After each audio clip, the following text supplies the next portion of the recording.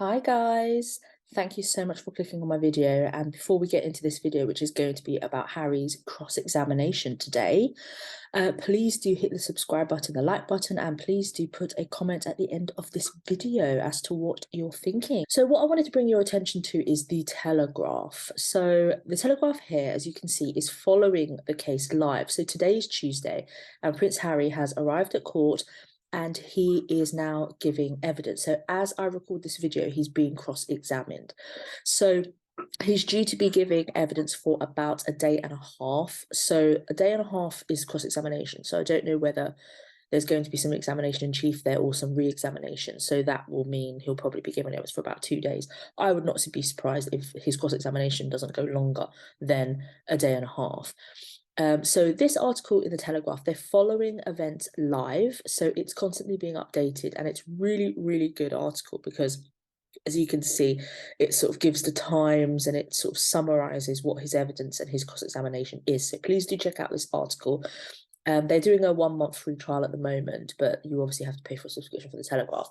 10:27 a.m. Courtroom falls silent as Harry enters. So Harry enters the courtroom. It's packed along with his legal team and obviously probably press. So 10:32 a.m. Harry enters the witness box. So I imagine that he's going to start with taking the oath, confirming his name, confirming his address, or maybe not his address, and confirming his witness statement. And he's going to confirm that the contents of that document is true and accurate to the best of his knowledge and belief, and that will form his evidence. His evidence in chief will be his statement. And then depending on the judge will allow his lawyer to ask some questions, and then he will go into cross-examination. So he, at 10:32 a.m., as Harry entered the witness box, has made history today as he has entered the witness box and has become the first senior member of the royal family to give evidence in 132 years. And you can see here, he was referred to, I believe, as His Royal Highness by his lawyer, which is actually quite funny. I mean, that lawyer wants his check. It's actually quite funny because I think as part of the Brexit deal, part of the Megxit deal was that they weren't going to be using their titles, their HRH. So they weren't going to be referred to as her Royal Highness and His Royal Highness. But I feel like this lawyer, I feel like this lawyer is just going to want to get his check and going to be representing Harry and Meghan in like so many cases. So he's like, Your Royal Highness. So you've seen here that Harry has said that he wants to be called Prince Harry. He entered the witness box at 10:30, so 10:37 a.m. he starts his cross-examination. So there would have been very little questions, if any, by his lawyer. So Harry receives an apology as cross-examination begins. So the lawyer representing Mirror Group newspapers, the KC barrister, began his cross-examination by inviting Prince Harry to let him know if any of his questions are a bit too intrusive, which I don't think he needed to do, because obviously they're going to be intrusive. You know, we're talking about phone hacking into personal information. Obviously, it's going to be intrusive. And for him to be able to fight his case on behalf of the Mirror, he's got to go into it, hasn't he? So he then brings up MGN's unreserved apology to the Duke at the beginning of the trial, saying that one incident of unlawful information gathering the publisher admitted to should have never happened and will never happen again. So just skipping through, obviously the questions have started and the topics have started. And you can see from the time 10:39, 10:40, and it sort of goes up, is that this particular article from the Telegraph is really good at showing a live coverage of the evidence. So please do go and check this out. I'm obviously just going to skip through it. So Harry criticises the government in his witness statement, says that the government has hit rock bottom. This is seen as an extraordinary intervention into politics, which obviously he should not be doing because he's a member of the royal family, but there we are. And so here he talks about whether or not he's read every single article, because some of the articles were when he was a child, and he's saying that they obviously had an incredible effect on him and his mother, but says that the articles were always around the palace and that people around him would have read them. He talks about obviously the hostility of the press since he was born, and he was questioned about his witness statement. Obviously, he's going to be cross-examined about everything he says in his witness statement, but also, you know, the articles that he says contain information that was obtained unlawfully. So he confirms in his witness statement that he's trying to hold people in the press to account. So he's trying to wage this war against the media, and I really just think he's going to stop, because he's never ever going to win, and he thinks that he is. He thinks he's doing something very righteous, and no doubt he thinks that he's been attacked. He thinks his mother's been killed, and then obviously all the negative press about his wife, so that probably tipped him over the edge. But he's not going to win if he just keeps on going. This is free press. He's a public figure. It's like, what are you going to get out of this? What are you going to win? What are you going to change? So it says here, Mr. Green asks about the statement. How much more blood will stain their typing fingers before someone will put a stop to this madness, which the Duke wrote, referring to journalists? Who has blood on their hands? Mr. Green asked. The Duke says some of the editors and journalists who are responsible for some of the pain and sadness and inadvertently death. He adds the statement was written more broadly towards the tabloid press itself than in particular people in the media. I haven't named journalists in particular in that paragraph, he says, saying his hope by giving evidences to bring a stop to all. So, I mean, God, it's almost like, okay, the media has moved on and their mechanisms have moved on. So what his mother went through, people don't necessarily go through today. But yet he wants to turn the clock back. And being that little boy that couldn't protect his mom, he now wants to go back and just go for vengeance and make everyone pay for things that happened 20 years ago. So here you see, this is his witness statement in full. It's a 55-page witness statement. So if you are up for it, then go for it. You know, I am not up for it, but there we are. So he's obviously saying that the stories played a destructive role in his childhood. I mean, he's obviously not the only one in the world who is a famous child of a famous family who's had news articles written about him. You know, I mean, Paris Hilton probably has a thing or two to say. What he's obviously annoyed about is that there's private information that he's only shared with one or two people, and obviously he's alleging that his phone has been hacked or other people's phones have been hacked. This information has been leaked and we put in the news all his life, and he's been so kind of affected by it, and the people around him have been affected. Okay, I get that, but this particular case is about unlawful information gathering, i.e. phone hacking. If he gets, you know, this phone hacking point, how many articles were obtained through phone hacking? Because there are millions of articles out there and millions of tabloid magazine articles about the royal family, millions of news articles out there, and they're not all written through obtaining information unlawfully or through phone hacking. So it doesn't stop, is what I'm trying to say, personal information coming out or people writing information, writing newspapers about you or writing news articles about you. It doesn't stop that. So I don't know what he is trying to do and what he's trying to achieve.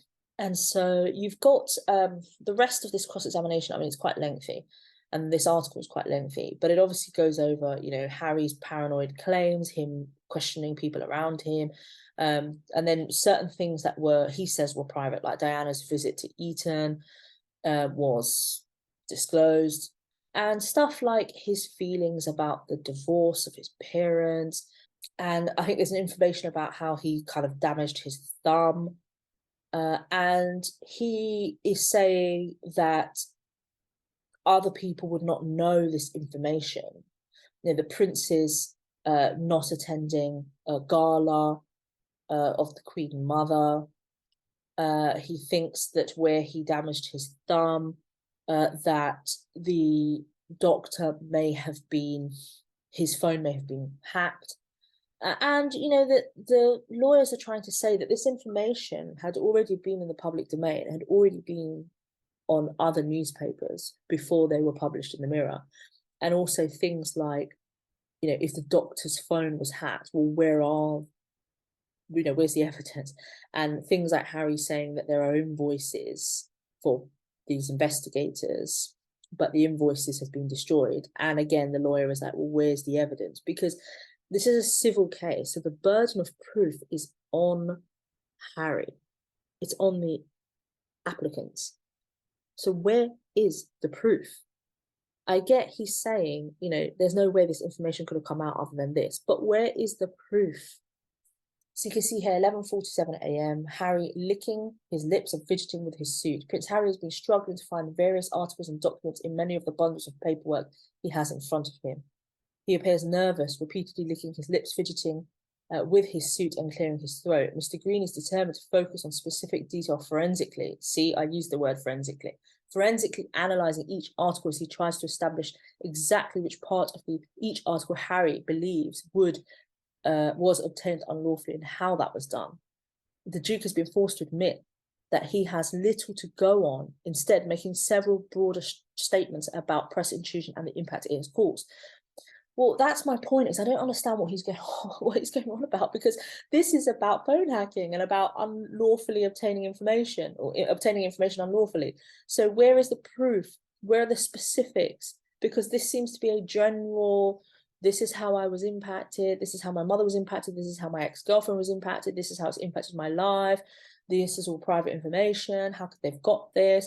And what I'm saying is, well, this happens to pretty much, all famous children that have not been protected away from the media. And if you do find that there was some phone hacking, it's not going to stop press coming out, or even negative press about you and your family. So I don't really know where this is going. Help me understand. Gosh.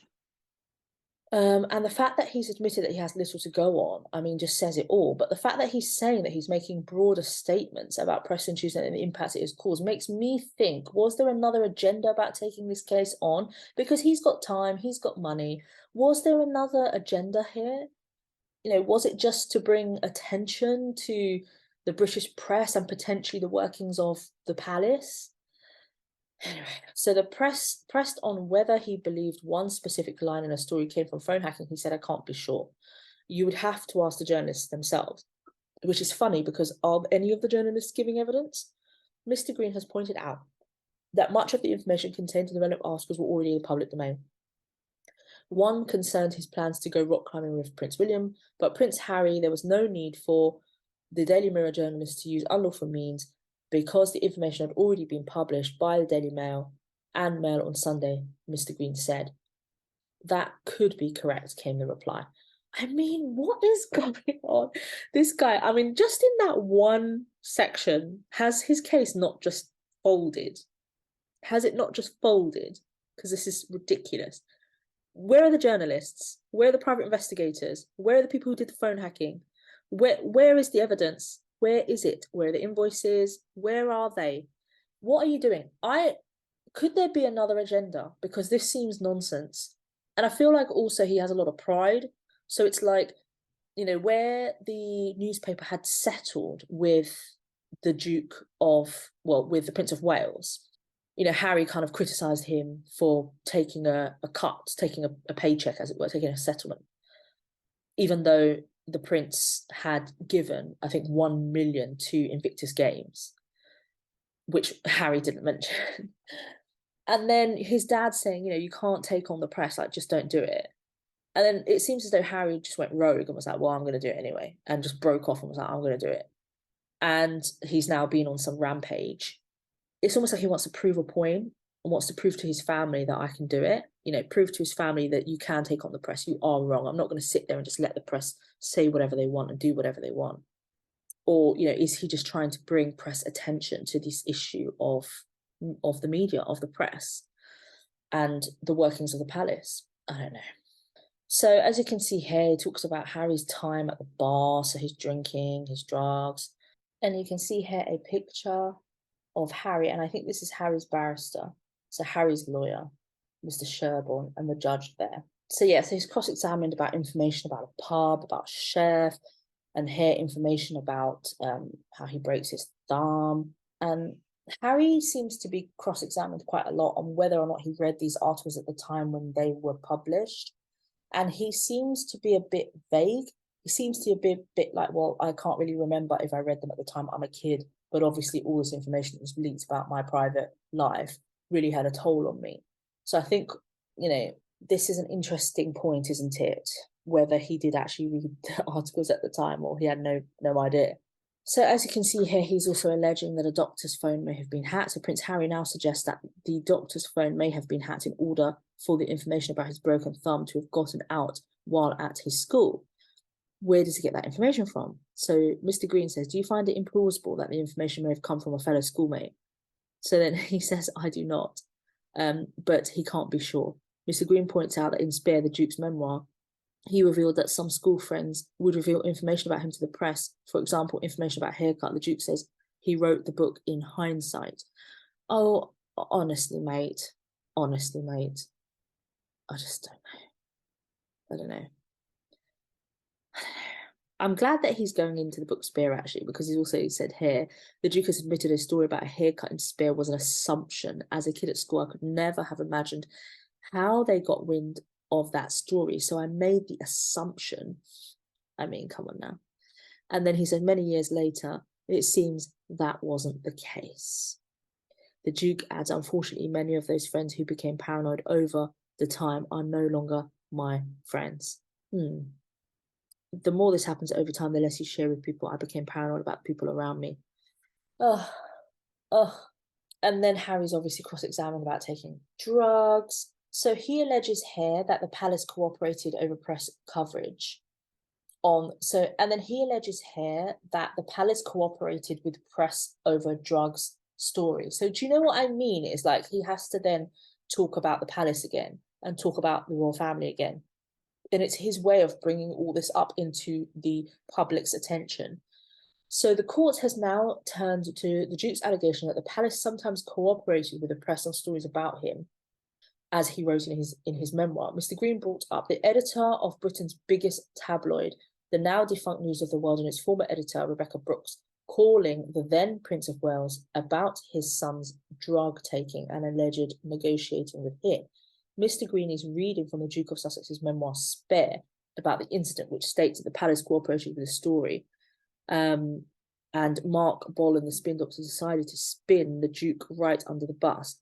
I'm not entirely sure it was agreed by the palace, but I know that that was his approach. I have no idea who was involved in that other than himself, the Duke tells the court. Mr. Green asks if the palace sometimes cooperated with the press without your consent or knowledge on stories, which the Duke agrees and adds, I refer to just 2 occasions in my book. This story would have been a red rag to a bull, he said, saying the Sunday Mirror would have done everything they could to further this story. Do you know what? I'm getting so bored of this man and I'm getting so confused. Does he know this happened or does he not? Does he know that the palace cooperated or does he not? When you read this article, there seems to be a lot of assuming. Well, how could they get that information? Well, I'm just assuming that would have happened because that's what their practice was. Well, that's what they would have done. So I don't know. Anyway, it goes on. So it stops at 103. I'm now at 110. So I'm so sorry if that was long and boring, but it is really tough reading through this. So I've tried to paraphrase what's happening. But they've broken for lunch. They're going to be back at 2. So yeah, feel free to follow this article. And I anticipate the cross-examination will be going on tomorrow as well. Just this little narrative here at the beginning of the article is that the Duke talks about how damaging it was for him that there were rumours that his father was Mr. Hewitt and that he didn't really learn until 2014 that his mother met Mr. Hewitt after he was born. I think that is quite remarkable that it wasn't until 2014. So his mother died in 1997, and it wasn't until 2014 that he learned that his mother met Mr. Hewitt after he was born. So up until that point, he thought that Mr. Hewitt was possibly his father, or that there was some, there was some truth to the rumors. I think that's really disappointing because his mother died in 1997. So are you telling me that she never debunked that? And also, it was when the rumors came out to begin with, it was all over the press that it couldn't be true because she met him after. I mean, I knew it before 2014, so I don't really know what is going on with Harry. It seems as though he just believes whatever people are saying. He doesn't read things, doesn't read the newspapers, he doesn't read what's going on. So yeah, and then he says a story was published in The People in December 2002 concerned a plot to steal a sample of his DNA to test his parentage. Now, I think I remember this article actually. The Duke said at the time that when he was 18 years old, he had lost my mother just 6 years earlier. Stories such as this felt very damaging and very real to me.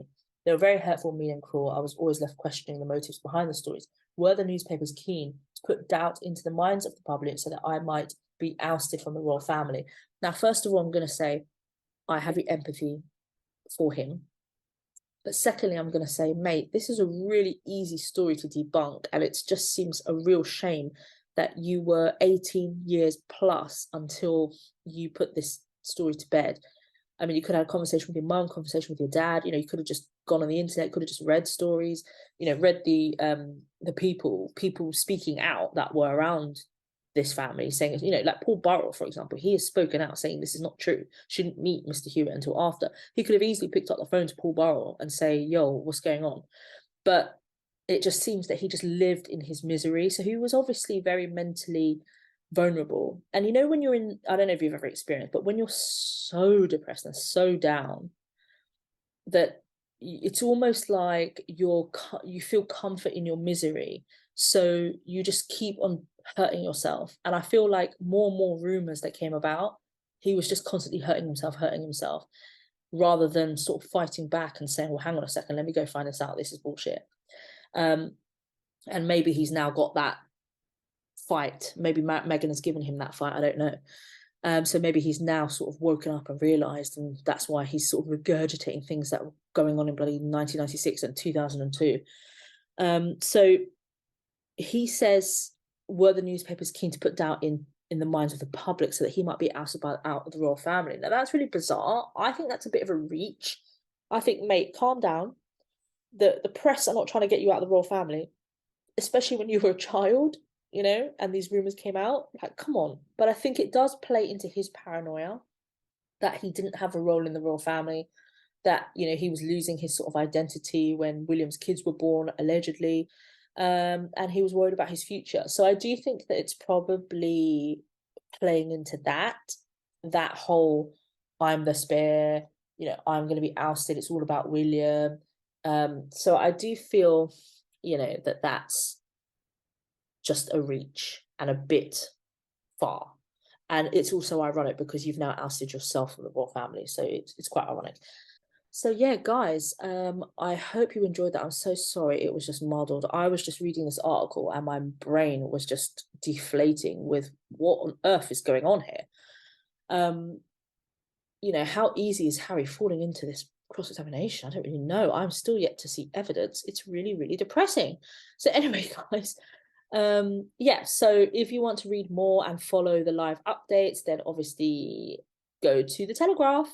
So thank you so much, guys, and please do subscribe to my channel. Take care. Bye.